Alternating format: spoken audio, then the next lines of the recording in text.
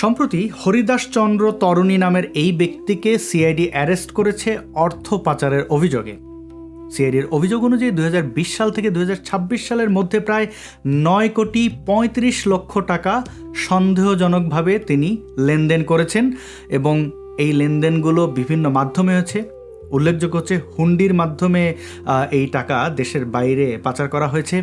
তার একাধিক ব্যাংক হিসাব এবং মোবাইল ফাইন্যান্সিয়াল যে সার্ভিসগুলো রয়েছে সেগুলো অ্যাকাউন্ট ব্যবহার করে নামে বেনামে অবৈধ অর্থ তিনি লেনদেন এবং পাচারের সঙ্গে জড়িত। আদালত এই হরিদাসকে 4 দিনের রিমান্ড দিয়েছে এবং মামলার তদন্ত চলছে। অভিযোগ এখনও আদালতে প্রমাণ হয়নি, কিন্তু এই হরিদাসকে কেন্দ্র করে বাংলাদেশের হিন্দু ধর্মাবলম্বী এমনকি ভারতের হিন্দু ধর্মাবলম্বীদের মধ্যে ব্যাপক আলোচনা সমালোচনা দেখা যাচ্ছে। হরিদাস চন্দ্র তরণী একটা সময় ইসলাম ধর্ম গ্রহণ করে তৌহিদ নাম নিয়েছিলেন এবং তার যে ফুলে ফেপে ওঠা, একটা সময় এয়ার কন্ডিশনের মিস্ত্রি, ইলেকট্রনিক্সের মিস্ত্রি থেকে তিনি আমেরিকান এম্বাসিতে একটি খুব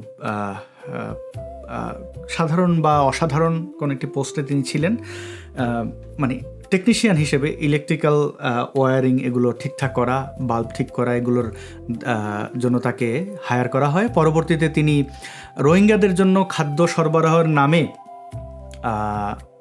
তিনি আসলে অনেক অর্থবিত্তের মালিক হয়েছেন বলে একাধিক জায়গায় তিনি দাবি করেছেন এবং পরবর্তীতে রিসোর্ট তৈরি করা, বিভিন্ন প্রজেক্ট তৈরি করা, এগুলোর মধ্যেই তিনি ছিলেন এবং বহুবার অ্যারেস্ট হয়েছেন প্রতারণার কারণে।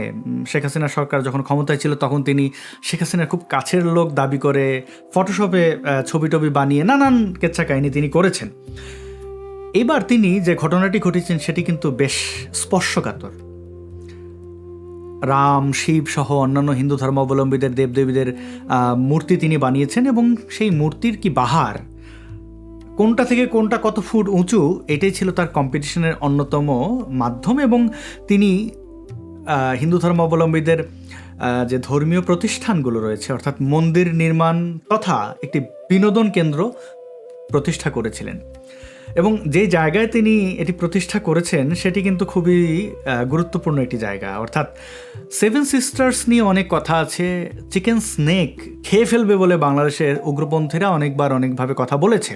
তো সেই চিকেন স্নেককে যদি এলিফ্যান্ট নেক করতে যায় ভারত, তাহলে যে জায়গাটির দরকার পড়বে অর্থাৎ রংপুরের বিশাল একটা অংশ, মানে আমাদের উত্তরবঙ্গ যা আছে সেটি আসলে থাকে না।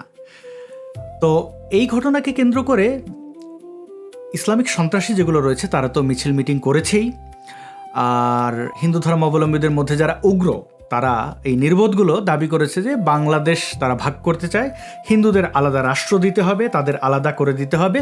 এই ধরনের উদ্ভট দেশদ্রোহীদের যে কথাবার্তা থাকে, 1971-এ পাকিস্তানের পক্ষে রাজাকার আলবদর আল শামস যে ভূমিকা নিয়েছিল, বাংলাদেশের বেশ কিছু হিন্দুকে একই সুরে কথা বলতে আমরা দেখেছি। অবশেষে এই হরিদাস চন্দ্র তরণীকে গ্রেপ্তারের মাধ্যমে একটি বিষয় স্পষ্ট হয়েছে যে তার পেছনে যারা ছিল অর্থাৎ জামাত ইসলামী, সেই জামাত ইসলামী তাকে শেষমেশ বাঁচাতে পারেনি। কথা হচ্ছে হিন্দু ধর্মাবলম্বীদের ধর্মীয় উপাসনালয় বানানোর নামে সে কেন বিনোদন কেন্দ্র তৈরি করছিল। অর্থাৎ আপনি ওইখানে ভিজিট করতে গেলে, বিভিন্ন ভাস্কর্য মূর্তি দেখতে গেলে আপনার পা অটোমেটিক পানিতে ধুয়ে যাবে, আপনি পবিত্র হয়ে যাবেন। শিশুরা সেখানে নানান ধরনের অ্যাক্টিভিটিস করতে পারবে, সুইমিং থেকে শুরু করে কত কত বিষয়। এই প্রজেক্টটা ছিল জামাত ইসলামীর হিন্দু ধর্মাবলম্বীদেরকে নিজের পকেটে নেওয়ার একটা মিশনের অংশ। অর্থাৎ হরিদাসকে জামাত অর্থায়ন করেছে, কালো টাকা। আওয়ামী লীগের আমলে জামাতের আসলে ব্যবসা বাণিজ্য খুবই ক্ষীণ হয়ে এসেছিল এবং সেই কালো টাকা দিয়ে যদি মন্দির নির্মাণ হয় এবং সেই মন্দির তো না বিনোদন কেন্দ্র, সেখান থেকে অনেক অর্থ সংগ্রহ করা যাবে যেগুলো হোয়াইট মানি, সাদা টাকা হিসেবে ব্যবহার করা যাবে।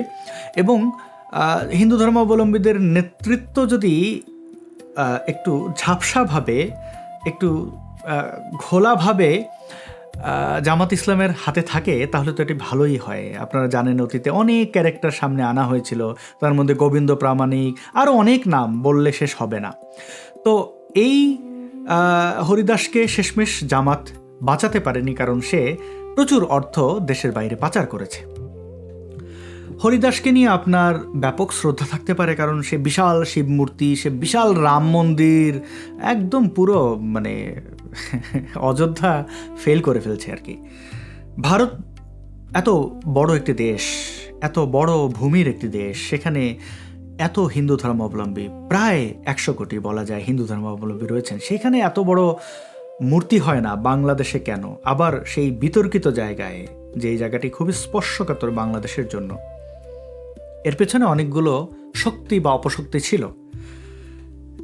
একজন মানুষ, তিনি মুসলমান হয়ে গেলেন, আবার তিনি রামের প্রতি এত দরদ, জয় শ্রীরাম ওয়ালাদের পকেটে নেওয়া যেতে পারে এই কাজ করে, কি একটা চক্রান্ত। প্রিয় বন্ধুগণ, আমি আপনাদের বিশ্বাস এবং কুসংস্কার দুটিকে একটু নাড়াচাড়া দিয়ে দেখতে চাই। হিন্দু ধর্মাবলম্বীদের অবস্থা বাংলাদেশের জন্য কীরকম? দুধে ভাতে আছেন, খুব ভালো অবস্থা না। শেখ হাসিনা সরকারের আমলে তারা ভালো ছিলেন না, এখন আর কি বা বলি। তো এমত অবস্থায় এই হরিদাসের মতো ভণ্ড ধর্ম ব্যবসায়ীদেরকে আপনারা যারা বাহাবা দিচ্ছেন, তারা কতটা সচেতনভাবে এই কাজটি করছেন সেই প্রশ্নটি আপনার কাছে রাখছি। একজন ধর্মান্তরিত ব্যক্তি হিন্দু ধর্মের প্রতি এত প্রেম দেখানো, তাহলে পিনাকি ভট্টাচার্য কয়েকদিন পরে প্রেম দেখানো শুরু করলে আপনারা নিশ্চয়ই তার পেছনে ছুটবেন, যেভাবে গোবিন্দ প্রামাণিকের পেছনে ছুটেছিলেন। বাংলাদেশে হিন্দুদের নেতৃত্ব নেই, নেতৃত্বে তেমন কোনো ব্যক্তি এখন নেই, এটা ঠিক, কিন্তু যারা ছিলেন তাদের জন্য হিন্দু ধর্মাবলম্বীরা কী করেছেন? চিন্ময় কৃষ্ণ দাস, তিনি তো এখনও জেলে, কোথায় প্রটেস্ট করেছেন? করেননি, কারণ আপনারা চাকচিক্যে ব্যস্ত থাকতে পছন্দ করেন। দুর্গাপূজা আসলে দেখা যায় যে কার প্যান্ডেল, কার মণ্ডপ কত বড় হবে সেই প্রতিযোগিতা, পূজা কমিটিতে কে কত লাখ কোটি টাকা দিচ্ছে সেটাই যেন বাহাদুরি হয়। অপরদিকে প্রতিবেশী হিন্দু ধর্মাবলম্বী খেয়ে আছে না খেয়ে আছে এটা কেউ দেখে না, তখন জাতপাত আসে। মুসলমানদের এই জন্য ধন্যবাদ দিতে হয়, তারা জাতপাত দেখে সাহায্য সহযোগিতা করে না। তাদের মসজিদে যে কোনো শ্রেণী পেশার মানুষ যে কোনো কাতারে দাঁড়াতে পারে। হিন্দু ধর্মাবলম্বীরা এখনও সেই কুসংস্কারের মধ্যে আছে, এখনও জাতপাত নিয়ে বিভক্ত। এবং গোষ্ঠীর যে স্বার্থ, অর্থাৎ আপনি যখন হিন্দু ধর্মাবলম্বী নিজেকে বলছেন, অর্থাৎ আপনি একটি গোষ্ঠীতে বিলং করেন, তো সেক্ষেত্রে আপনার গোষ্ঠীর জন্য কি ভূমিকা আপনি পালন করেছেন? তেমন কিছু আমরা দেখতে পাই না। প্রতিনিয়ত হিন্দু ধর্মাবলম্বীদের উপরে নির্যাতন নিপীড়ন চলছেই। একটি ভিডিও দেখাই, এখানে একজন মোল্লা কিছু বক্তব্য রাখবেন, সেই বক্তব্যগুলো খুবই স্পর্শকাতর, তাও আমরা শুনব এবং ভেবে দেখার চেষ্টা করব যে হিন্দু ধর্মাবলম্বীদেরকে কীভাবে থ্রেট করা যেতে পারে এবং হিন্দু ধর্মাবলম্বীরা কতটা চুপ থাকতে পারেন। ভিডিওটি দেখুন। হিন্দুদেরকে 1 ইঞ্চি জমি বিক্রি করবেন না, বাড়ি ভাড়া দিবেন না, হিন্দুদের হোটেলে খাবেন না, হিন্দু শিক্ষককে দিয়ে আপনার ছেলেকে পড়াবেন না, হিন্দু ডাক্তারের কাছে চিকিৎসা নেবেন না। এই বিষয়গুলো সামাজিকভাবে বয়কট করবেন আপনারা মুসলমান জনগণ। হিন্দুদেরকে ভূমির মালিকানা দেয়া, আমরা বারবার বলছি আমাদের এই দেশের 1 ইঞ্চি জমি কাউকে দেওয়া যাবে না। এখন হিন্দুরা জমি কিনছে 3 গুণ দাম দিয়ে, বেচে দিবেন না। হিন্দুদেরকে 1 ইঞ্চি জমি বিক্রি করবেন না, বাড়ি ভাড়া দিবেন না, হিন্দুদের হোটেলে খাবেন না, তাদের খাবারের মধ্যে গোবর গোচনা আছে। হিন্দুদেরকে মানে আপনার ঘরে যেমন বসতে দিবেন না, তাদের ঘরে আপনারা যাবেন না। হিন্দু শিক্ষককে দিয়ে আপনার ছেলেকে পড়াবেন না, হিন্দু ডাক্তারের কাছে চিকিৎসা নেবেন না। এই বিষয়গুলো সামাজিকভাবে বয়কট করবেন আপনারা মুসলমান জনগণ। আপনারা যদি এখন হিন্দু রাষ্ট্রকে দুশ্মন বাদ দিয়ে ভাই বলেন, এখন হিন্দুরা কিন্তু আর দুশ্মন না, হিন্দু হয়ে গেছে মুসলমানের ভাই, তাই এখন মুসলমানের আর খবর নাই। বুঝতে পারছেন? বুঝতে হবে দুশ্মনকে। আল্লাহ পাক কোরআন শরীফে বলে দিয়েছেন মুসলমানদের শত্রু সবচেয়ে বড় শত্রু ইহুদিরা আর মুশরিকরা, মানে হিন্দুরা, যারা শিরক করে এরা।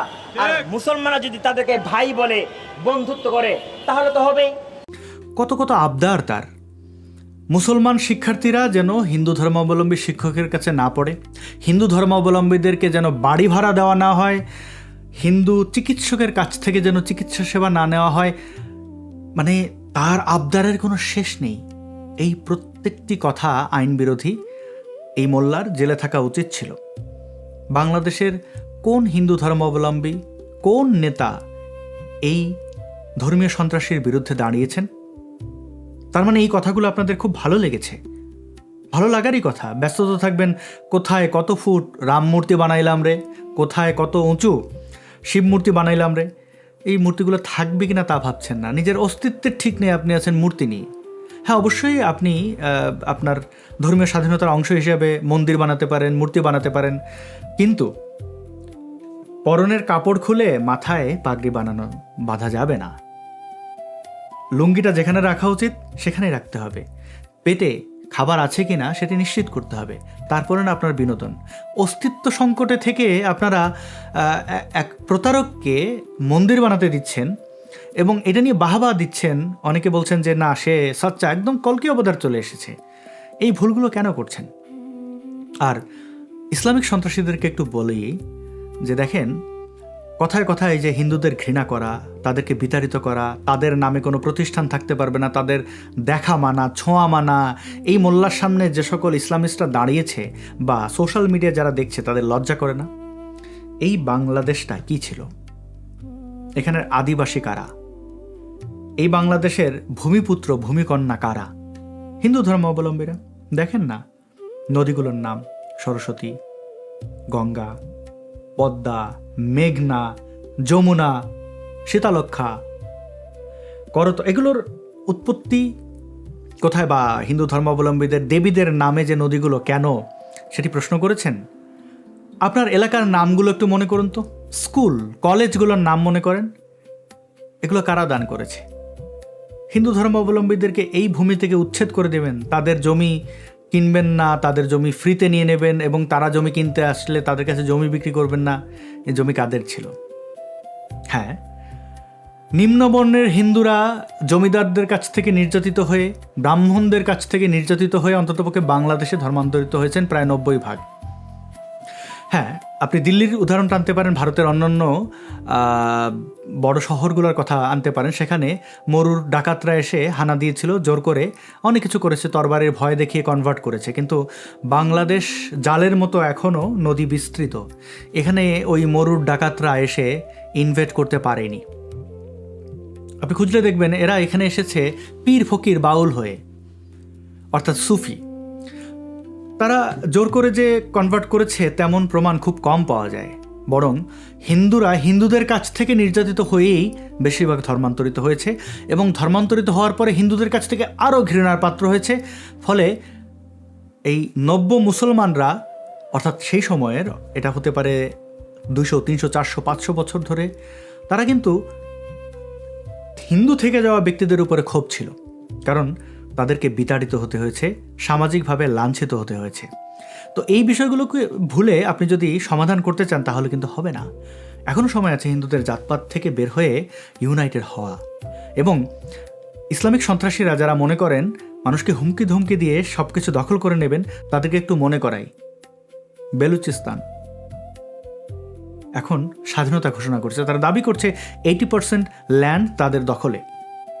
বেলুচরা তাদের স্বাধীনতা চায়, যে কোনো স্বাধীনতাকামী মানুষের পক্ষে আমি, সেটা হোক বেলুচ, হোক ফিলিস্তিন। প্রশ্ন দাঁড়ায়, পাকিস্তান ভাগ হয়েছিল যেন কেন? হাত মে বিড়ি মুঁহ মে পান লড়কে লেঙ্গে পাকিস্তান।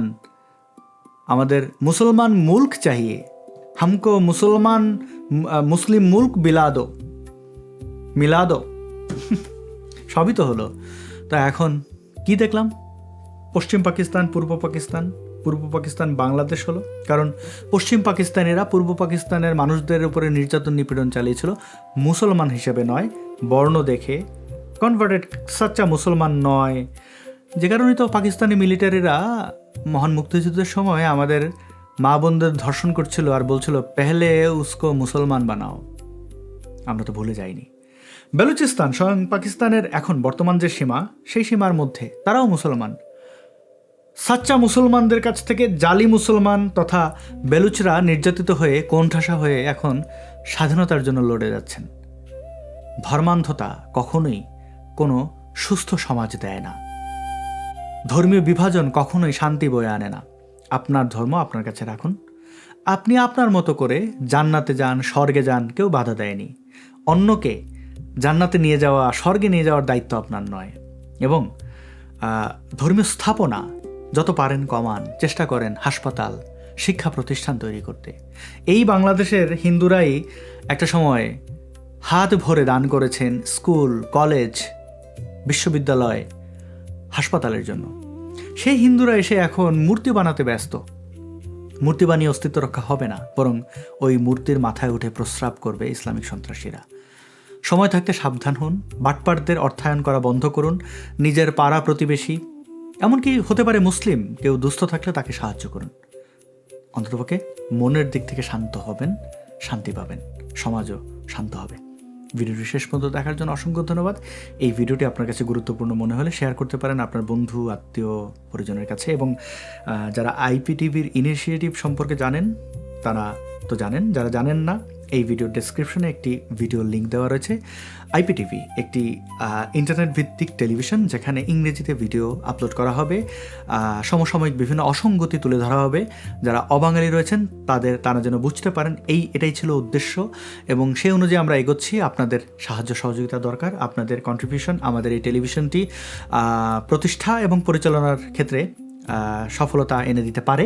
তো সেক্ষেত্রে আপনারা যার যার জায়গা থেকে আমাদের পাশে থাকবেন। ভিডিওটি এখানে শেষ করছি। অনেক ধন্যবাদ, ভালো থাকুন।